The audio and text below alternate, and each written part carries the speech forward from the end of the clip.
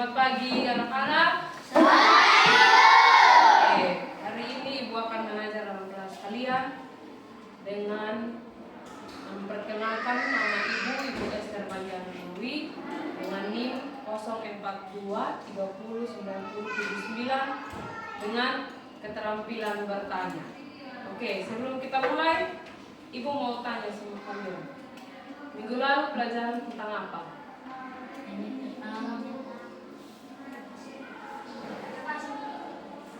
Tentang pernapasan. Oke, tentang pernapasan. Sebelum kita mulai pembelajaran, saya meminta salah satu dari kita untuk membukanya dengan doa.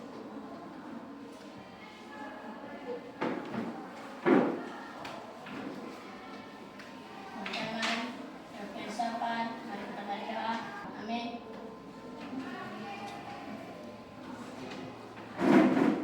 Oke. Pagi ini kita akan belajar tentang bab 5, bagaimana kita hidup dan bertumbuh. Sebelum itu, Ibu mau kasih tahu kalian tentang tujuan pembelajaran dari topik A ini, bab 5, yaitu mengidentifikasi hubungan bagaimana bernapas dapat membantu manusia melakukan aktivitas sehari-hari. Oke, di topik A, bagaimana bernapas membantuku melakukan aktivitas sehari-hari. Yang pertama itu di situ, apa yang kalian rasakan ketika kalian berlari? Setelah kalian berlari, apa yang kalian rasakan? Capek. Apa? Capek. Atau kalian bernapasnya yang pasti cepat sekali kan? Kalian merasakan jantung kalian itu cepat sekali berdetak. Karena apa? Kalian kan berlari. Seperti kalian sementara bermain bola atau sementara kalian berlari berkejar-kejar, kalian merasakan yang namanya jantung kalian cepat, ya, berdetaknya cepat sekali. Oke, sebelum kita masuk lebih dalam lagi, apa yang terjadi jika kita tidak bisa bernapas? Apa yang terjadi? Tentu kita akan mati. Oke, kita akan mati atau meninggal. Kemudian pertanyaan kedua, bagaimana organ pernapasan membantu kita bernapas? Bagaimana organ pernapasan membantu kita bernapas? Gimana?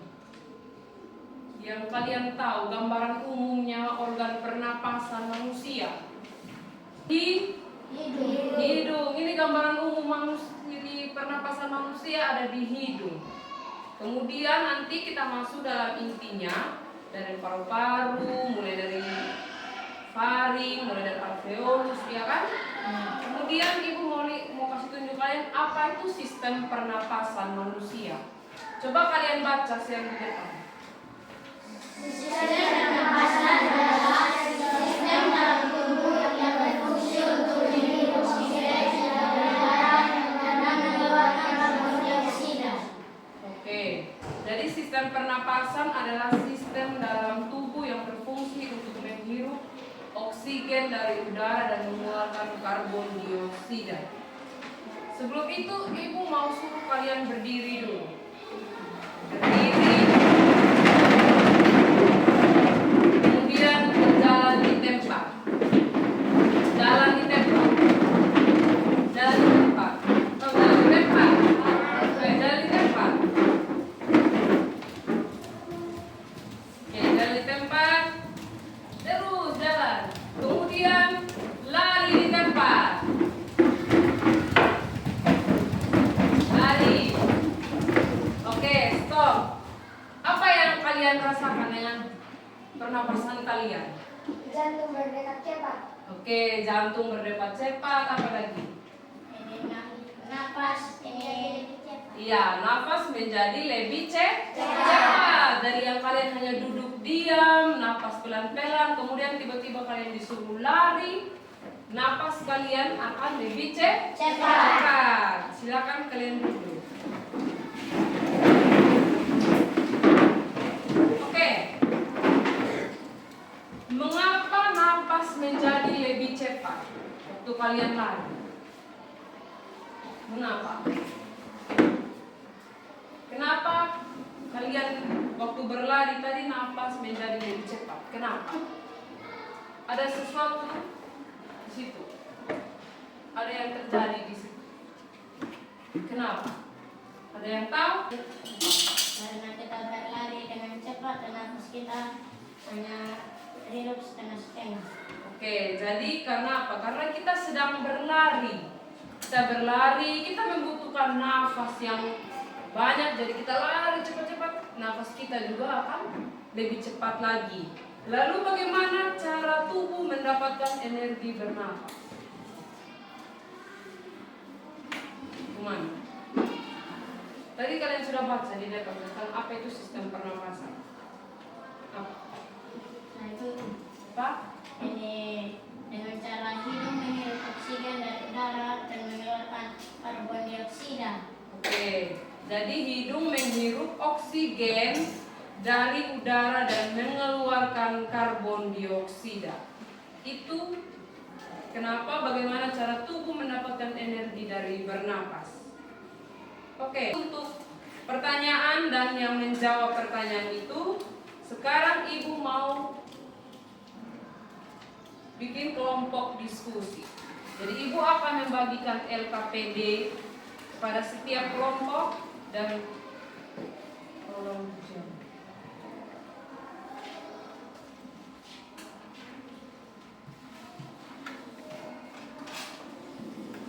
silakan berkumpul.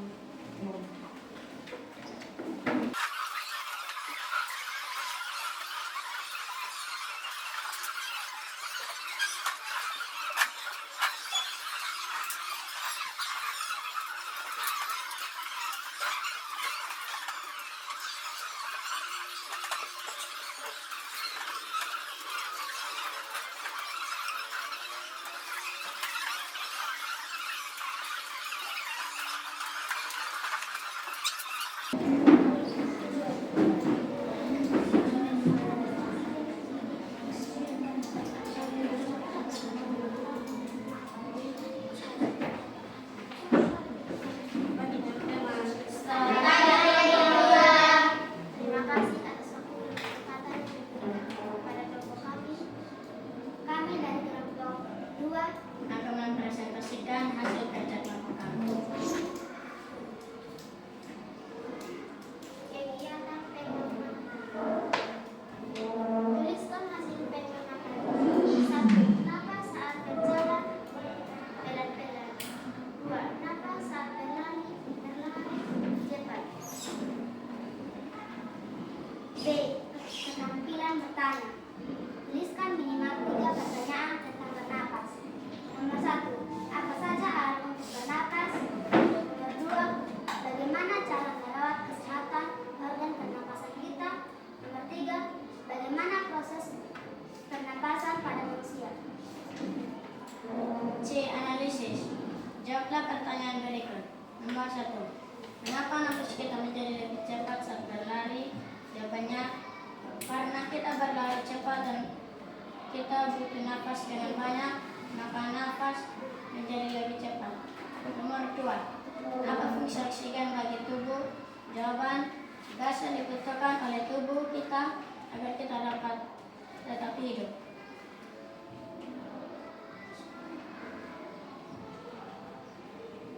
D. Kesimpulan. Tuliskan kesimpulan. Kesimpulan adalah marilah kita menjaga organ pernapasan kita agar kita tidak dapat gangguan pada pernapasan kita dan tubuh memiliki sistem pernapasan yang membantu untuk menghirup oksigen sehingga kita dapat hidup.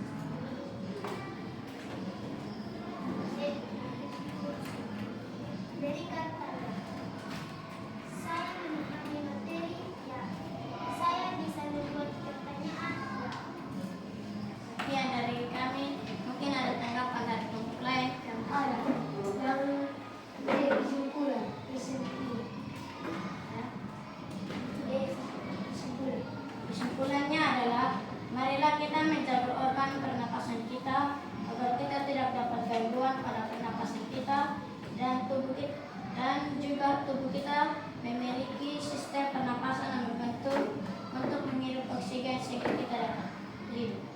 saat setelah membaca tadi, dia bilang kesimpulan adalah ini. Saya pikir pengertian yang tadi saya tahu. Kami menerima tanggapan dari kelompok 4. Mungkin ada tanggapan dari kelompok lain. Sekian dan terima kasih. Ibu sangat mengapresiasi, apalagi saat kalian menanggapi pertanyaan teman-teman.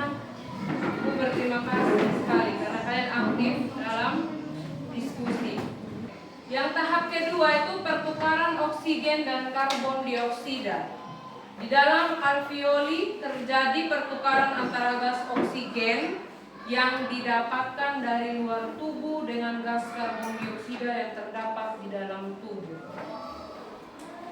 Lihat itu ada pertukaran gas pada alveoli. Ada gambar situ proses pengambilan dan pengembusan napas di halaman 127. Kemudian ada tahap 3, membuang napas. Setelah terjadinya proses mekanisme pernapasan manusia. Ada tahap 1 menarik napas, tahap 2 pertukaran oksigen dan karbon dioksida, dan tahap 3 itu membuang napas. Mekanisme pernapasan manusia tuh saat menarik napas, otot diafragma mengalami kontraksi dan paru-paru mengembang. Udara masuk melalui hidung menuju paru-paru. Kotoran akan disaring saat melewati hidung, trakea, dan bronkus. Sebelum itu kita akan masuk di organ pernapasan manusia. Apa-apa saja organ pernapasan manusia di dalam tubuh. Yang pertama itu ada hidung. Coba baca di depan, hidung. Hidung berfungsi sebagai pintu masuk dan pintu keluar darah dan memanfaatkan sistem pernapasan. Saat kita menarik napas, udara yang kita hirup itu mengandung banyak partikel kecil seperti debu dan kotoran. Nah, di dalam hidung kita ada rambut-rambut halus yang berfungsi menyaring kotoran agar tidak masuk ke dalam tubuh. Siapa sudah pernah lihat hidung teman kalian? Atau mestinya orang-orang gitu? Ada kan? Nah, itu fungsinya itu untuk menahan kotoran yang ada di yang pas kita tarik nafas, dia menahan kotoran. Makanya kenapa kalian selalu bilang tai hidung. Nah, itu tuh, itu kotoran-kotoran yang disaring oleh bulu-bulu hidung. Oke, yang kedua ada faring. Faring merupakan bagian dari tenggorokan yang terletak di belakang hidung dan mulut. Faring itu berfungsi sebagai jalur penghubung untuk udara dari hidung menuju paru-paru dan makanan dari mulut menuju lambung. Faring juga memiliki amandel yang berfungsi sebagai sistem kekebalan tubuh untuk melawan kuman yang masuk bersama udara dan makanan. Pernah kalian amandel? Di mana letak amandel? Di sini ya. Dia akan bengkak dan kalian akan bilang kita susah untuk telan makanan. Kita kalau mau telan air muda pasti rasa seperti kayak ada yang tahan kan? Nah, ternyata amandel yang kita tahu itu pasti kita bilang sakit apa? Sakit amandel. Nah, amandel ini fungsinya sebagai sistem kekebalan tubuh yang melawan kuman yang masuk bersama udara dan makanan. Makanya tiba-tiba kita menjadi amandel. Amandel itu tidak setiap hari dia akan ada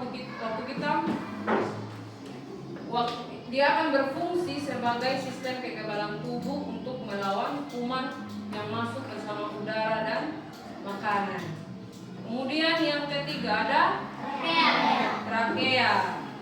Trakea ini disebut juga dengan batang tenggorokan. Adalah saluran pernapasan yang berfungsi sebagai jalur keluar dan masuknya udara yang kita hirup melalui hidung dan mulut menuju paru-paru. Jadi trakea itu seperti tabung yang memiliki cincin tulang rawan yang fleksibel sehingga kita bisa bergerak saat kita bernapas, berbicara atau menela. Ibu mau tanya sama kalian, pernah kalian tidak ikut ini bapak mama ada orang potong hewan? Misalnya potong ini ayam, potong babi, dia tidak ada dia punya ini apa? Trakea. Biasanya itu yang warna putih dan panjang. Ya kan? Iya. Kalau kalian pegang dia seperti lembek, dia tidak ini apa? Karena dia tulangnya tulang rawan. Sama juga dengan kita punya hidung. Kita ini hidung ini tulang rawan ini. Oke. Jadi trakea itu seperti tabung yang memiliki cincin tulang rawan. Ini contohnya ini. Gambar ini. Ini gambar trakea. Oke. Yang kedua ada yang keempat ada bronkus. Bronkus itu adalah cabang trakea yang mengarah ke paru-paru kiri dan kanan. Berfungsi mengalirkan udara dari tenggorokan ke paru-paru.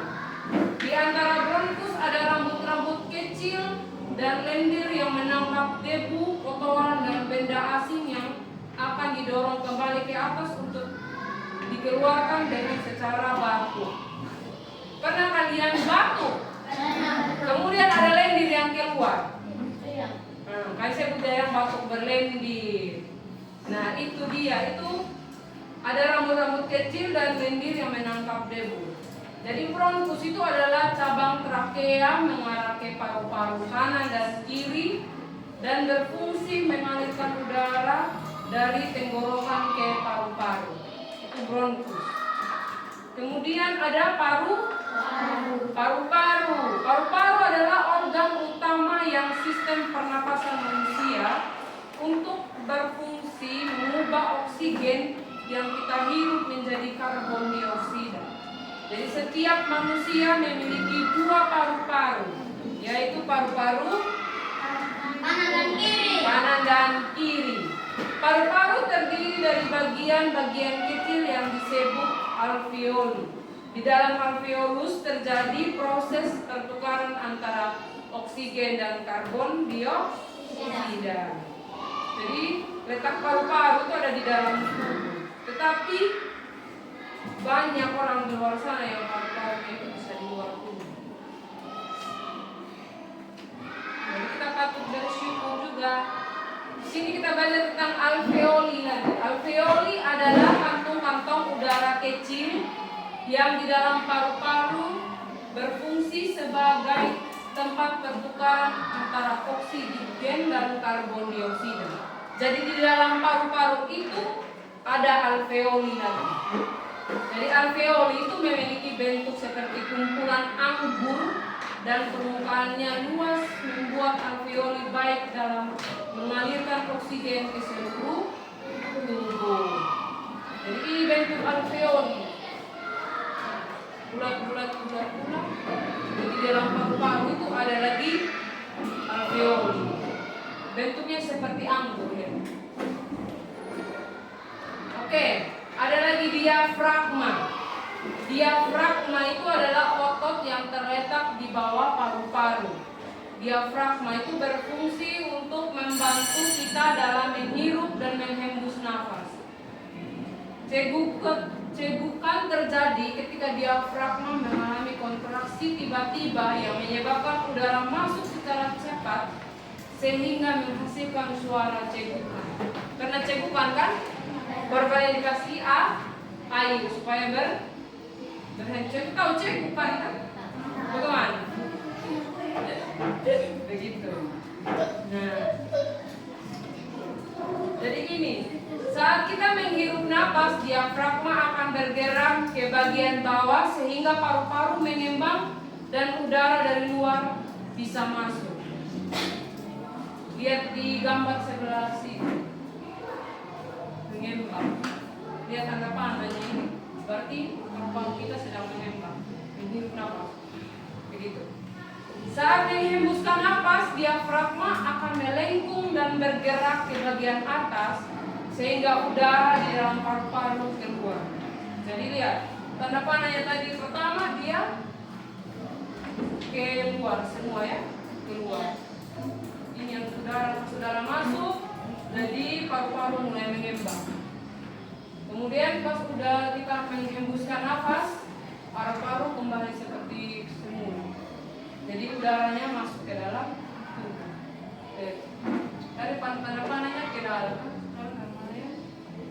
ke atas, seperti keluar. Ini proses pernapasan manusia. Menghirup napas, jadi ada 3, menghirup napas, pertukaran antara oksigen dan karbon dioksida, dan menghembuskan napas. Tadi sudah kan yang tahap 1, tahap 2, dan tahap 3 kan? Oke. Oke, gangguan pernapasan pada manusia.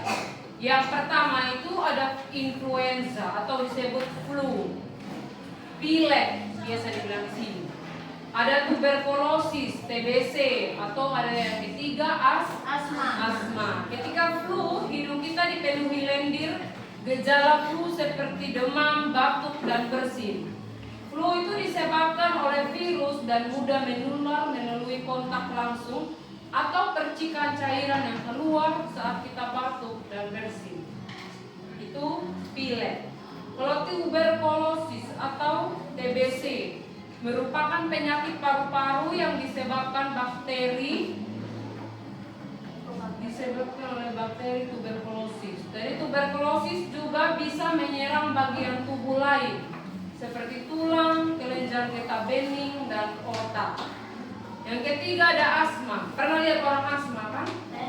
Siapa yang biasa asma? Ada asma di sini. Kelas 5 ada yang asma? Tidak. Oke, tapi kalian pernah lihat orang asma ya?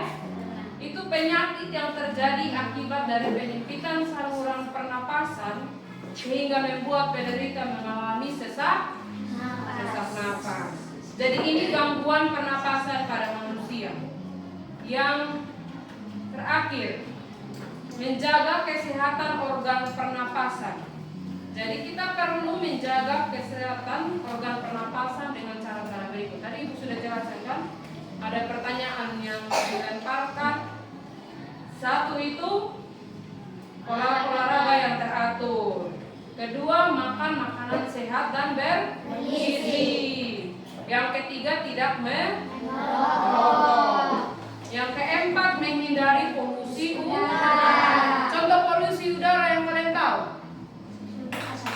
Oke, asap kendaraan atau debu saat kalian pulang sekolah itu misalnya panas sekali, tiba-tiba ada angin kencang begitu. Nah itu ada kotoran-kotoran masuk, itu polusi udara juga. Atau kalian suka berjalan di belakangnya oto-oto besar itu yang lewat, mereka mengeluarkan ini karbon dioksida dari mobil, itu karbon. Jadi kalian hirup, jadi nanti kesehatan organ pernapasan kalian itu akan terganggu. Jadi itu saja pembelajaran hari ini. Oke, hari ini kita sudah belajar bahwa bernapas itu sangat penting bagi tubuh kita. Saat kita bernapas, tubuh kita tuh mengambil oksigen yang membantu menghasilkan energi.